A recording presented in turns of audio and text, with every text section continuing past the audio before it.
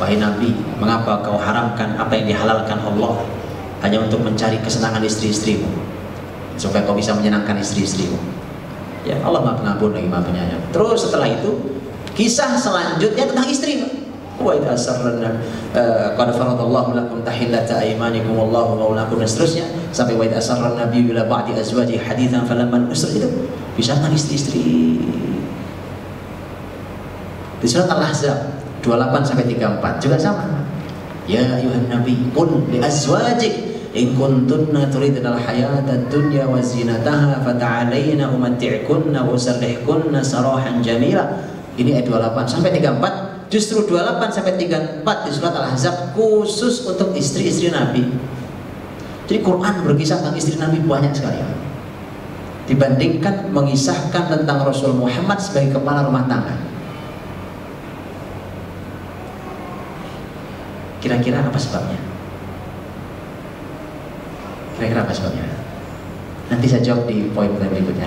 Mudah-mudahan ketemu nanti. Anak laki dan perempuan ya. Quran lengkap bicara tentang laki perempuan. Ada anak laki, contohnya kegagalan Nabi Nuh didik putranya tadi sudah. Keberhasilan Yakub mengantarkan Yusuf dari padang pasir menuju istana Mesir. Padang pasir negeri Syam, Badui, anak Badui, ya kan? Nabi Yusuf anak Badui. Dan itu kalimat Nabi Yusuf sendiri dalam surat Yusuf.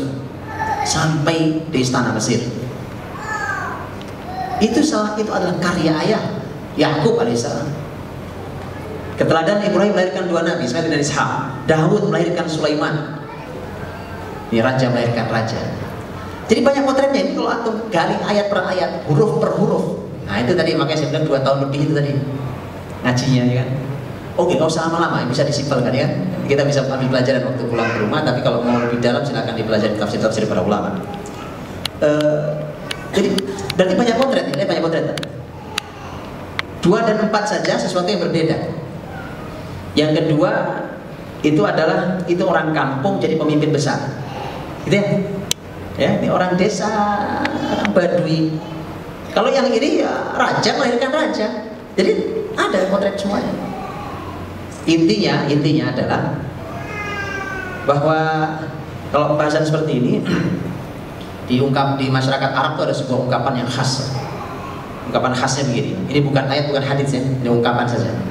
Hadza shiblu min dzakal asad.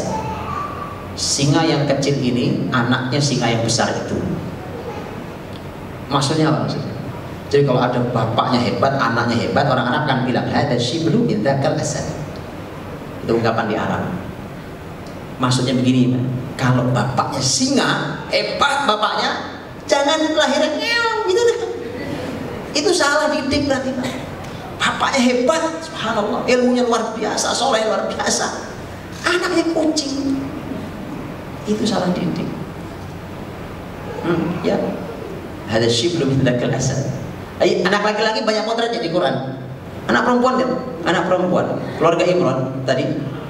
Ini ada kisah Nabi Allah Syuaib. Ini cuma contoh, tidak semuanya. Kisah Nabi Allah Syuaib alaihissalam. Ini Nabi Syuaib ini dalam surat Al-Qasas, tetapi para ulama berbeda pendapat apakah itu putri Nabi Syuaib atau bukan.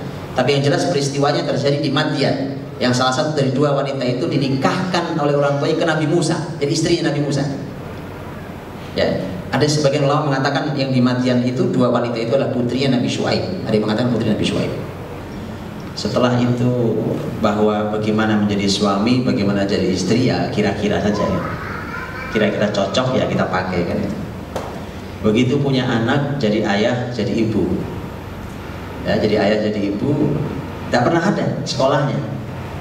Kan tidak ada sekolah ayah ibu ya. Nah, yang lebih parah lagi adalah begitu nanti kita punya cucu dengan izin Allah, itu jadi kakek, jadi nenek pun kita tidak pernah tahu ilmunya. Jadi kakek nenek, apa iya harus ada ilmunya? Ilmunya ada. Dan inilah Rasulullah SAW orang yang lengkap dalam bab ini. Karenanya saya ingin memulai dengan hadis Nabi SAW. Ketika beliau menyampaikan dalam hadis yang sahih yang kita tahu, khairukum khairukum